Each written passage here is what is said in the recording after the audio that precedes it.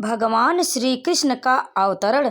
एक बार यह संसार ऐसे राजाओं की अनावश्यक सैन्य शक्ति से बोझिल हो गया जो वास्तव में असुर थे किंतु अपने आप को राजा मान रहे थे। तब सारा संसार विक्षुब्ध हो उठा और पृथ्वी की देवी, जिसे भूमि कहते हैं, इन आसुरी राजाओं से उत्पन्न अपनी विपदाओं को बताने के लिए ब्रह्मा जी के पास गई। भूमि ने गाय का रूप धारण किया और वह सजल नेत्र से आंसू भरकर ब्रह्मा के समक्ष प्रकट हुई। वह शोकार्त थी और श्री भगवान की करुणा जगाने के लिए रो रही थी। उसने पृथ्वी की विपदाग्रस्त स्थिति का वर्णन किया। इसे सुनकर ब्रह्मा अत्यंत दुखी हुए। वे तुरंत क्षीर सागर के लिए चल पड़े, जहाँ भगवान श्री विष्णु निवास करते हैं। ब्रह्मा जी के साथ शिव जी इत्यादि सारे देवता थे और भूमि भी उनके साथ हो ली। क्षीर सागर के तट पर आकर ब्रह्मा जी भगवान श्री विष्णु को, जिन्होंने पहले वराह का दिव्य रूप धारण करके पृथ्वी लोक की रक्षा की थी, प्रसन्न करने का उपाय करने लगे। वैदिक मंत्रों से पुरुष सूक्त नामक एक विशेष प्रकार की प्रार्थना है। जब सभी देवताओं ने श्री भगवान की स्तुति पुरुष सूक्त द्वारा कर ली तो उन्हें प्रकट रूप से उत्तर नहीं मिला। अतः ब्रह्मा जी स्वयं ध्यान करने में लग गए और तब भगवान श्री विष्णु ने उन्हें एक संदेश भेजा। ब्रह्मा ने इस संदेश को देवताओं तक प्रेषित कर दिया और यह संदेश इस प्रकार था। श्री भगवान शीघ्र ही अपनी परम शक्तियों सहित पृथ्वी पर प्रकट होंगे और तब तक वे पृथ्वी लोक में असुरों के संहार तथा भक्तों के संस्थापक का उद्देश्य पूरा करने के लिए रहेंगे। तब तक देवताओं को भी उनकी सहायता के लिए वहीं रहना चाहिए। उन्हें तुरंत उस यदुवंश में जन्म ग्रहण करना चाहिए जिसमें यथा समय श्री भगवान भी प्रकट होंगे। भगवान श्री कृष्ण स्वयं वासुदेव के पुत्र के रूप में प्रकट होंगे। उनके प्रकट होने से पूर्व सारे देवताओं को अपनी अपनी पत्नियों सहित संसार भर के विभिन्न पवित्र परिवारों में श्री भगवान को उनके कार्य में सहायता पहुंचाने के लिए प्रकट होना चाहिए। देवताओं को यह जानकारी भी दी गई कि भगवान श्री कृष्ण के अवतार के पूर्व पृथ्वी पर भगवान श्री कृष्ण का पूर्ण अंश अनंत प्रकट होगा, जो अपने लाखों फनों से ब्रह्मांडों को धारण किए हुए। उन्हें यह भी सूचित किया गया कि श्री विष्णु की वही रंगी शक्ति माया भी, जिससे समस्त बुद्ध जीवी आकृष्ट होते हैं, परमेश्वर के आदेश के अंतर्गत उनकी प्रयोजन सिद्धि के लिए प्रकट होंगी। समस्त देवताओं तथा भूमि को भी मधुर वचनों से आदेश तथा सांत्वना देने के पश्चात समस्त प्रजापतियों के पिता ब्रह्मा जी अपने धाम सर्वोच्च लोक ब्रह्म लोक को चले गए। यदु वंश का नायक राजा सूरसेन मथुरा प्रदेश, जिसमें मथुरा नगर आता है तथा उन्हीं के नाम से प्रचलित जनपद सूरसेन पर शासन कर रहा था। राजा सूरसेन के शासन के कारण मथुरा नगरी समस्त यदु राजाओं की राजधानी बन गई। मथुरा इसलिए भी राजधानी बनी क्योंकि यादुओं का परिवार अत्यंत पवित्र था और वे जानते थे कि मथुरा ही ऐसा स्थान है जहाँ द्वारिका के ही समान भगवान श्री कृष्ण का नित्य वास रहता है।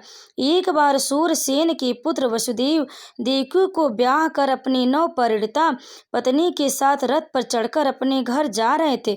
देवकी के पिता देवक ने प्रचुर दहेज दिया था क्योंकि वह अपनी पुत्री को अत्यधिक चाहता था। उसने सैकड़ों रथ दिए जो पूर्णतया स्वर्ण मंडित थे। उस पर उग्रसेन का पुत्र कंस अपनी बहन देवकी को प्रसन्न करने के लिए वासुदेव के रथ के घोड़ों की रास स्वेच्छा से अपने हाथ में लेकर हाँकने लगा। वैदिक सभ्यता की प्रथानुसार जब कन्या का विवाह होता है तो उसका भाई अपनी बहन तथा अपने बहनोई को उनके घर ले जाता है। नवविवाहिता कन्या को अपने पिता के परिवार का विछोह न खले, इसलिए भाई उनके साथ तब तक जाता है जब तक वह अपनी ससुराल न पहुंच जाए।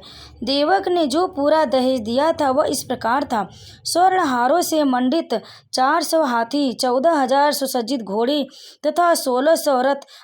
उसने अपनी पुत्री के साथ जाने के लिए 200 सुंदर बालिकाएं भी भेजने की व्यवस्था की थी। क्षत्रियों में विवाह प्रणाली, जो भारत में अब भी प्रचलित है, बताते हैं कि जब क्षत्रिय का विवाह हो तो दुल्हन के अतिरिक्त उसकी कुछ दर्जन तरुण सहेलियां भी राजा के घर जाएं। रानी की अनुचरियां दासी कहलाती, किंतु वास्तव में वे रानी की सहेलियों की तरह कार्य करती हैं। यह प्रथा अनादिकाल से प्रचलित है और कम से कम 4000 वर्ष पूर्व भगवान श्री कृष्ण की अवतार के भी पहले से खोजी जा सकती।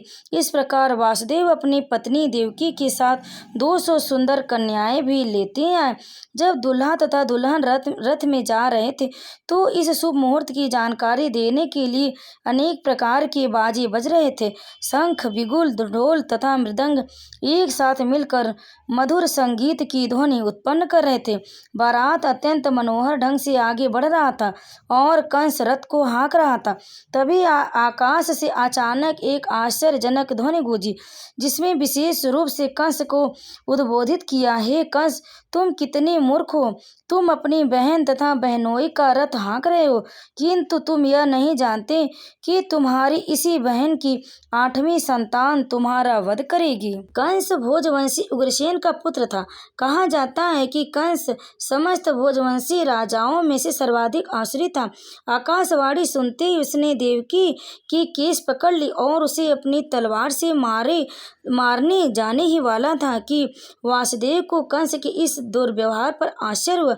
अतः वे अपने इस क्रूर निर्लज्ज साले को शांत करने के उद्देश्य से अत्यंत तर्क तथा प्रमाण सहित इस प्रकार बोले, हे मेरे प्रिय साले कंस, तुम भोजवंश के सर्वाधिक प्रसिद्ध राजा हो और लोग तुम्हें महानतम योद्धा तथा महापराक्रमी के रूप में जानते हैं। आखिर तुम इतने क्रुद्ध क्यों हो गए कि अपनी बहन को उसके विवाह के शुभ अवसर पर ही मारने के लिए उद्यत हो गए? तुम मृत्यु से इतने भयभीत क्यों हो गए? मृत्यु हमारे जन्म के साथ ही उत्पन्न हो चुकी है। जिस दिन तुमने जन्म लिया उसी दिन से तुम्हारी मृत्यु प्रारंभ हो गई। मान लो कि तुम 24 वर्ष के हो तो इसका अर्थ यह हुआ कि तुम पहले ही 24 वर्ष मर चुके हो। तुम हर पल हर क्षण मर रहे हो, तो फिर मृत्यु से इतना डर क्यों हो रहा? अंततः मृत्यु अवसंभावी है। तुम चाहे आज मरो या 100 वर्ष बाद, तुम मृत्यु से बच नहीं सकते। तुम्हें मृत्यु से इतना क्यों डरना चाहिए? वस्तुतः मृत्यु का अर्थ है इस वर्तमान शरीर का विनाश। जैसे ही यह वर्तमान शरीर कार्य करना बंद कर देता है और भौतिक प्रकृति के पंच तत्वों में मिल जाता है, तो शरीर के भीतर का आत्मा शरीर के वर्तमान कर्मों तथा उनके फल के अनुसार दूसरा शरीर ग्रहण करता है। यह मनुष्य की सड़क पर चलने के समान।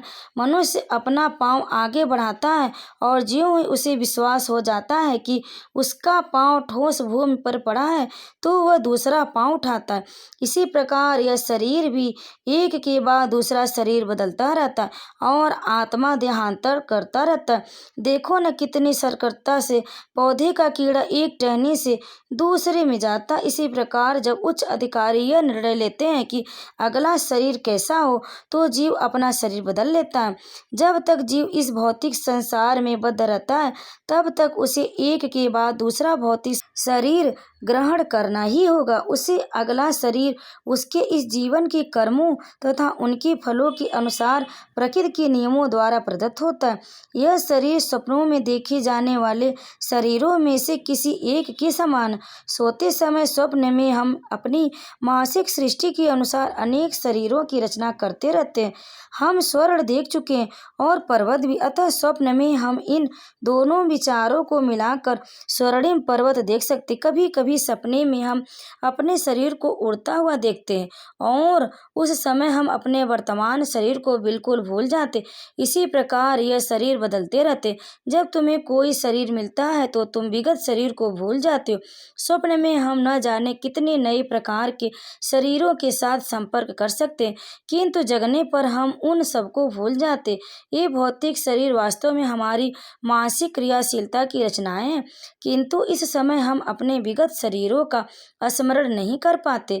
मन बड़ा ही चंचल है, कभी यह कुछ स्वीकार करता और तुरंत उसी वस्तु को अस्वीकार कर देता।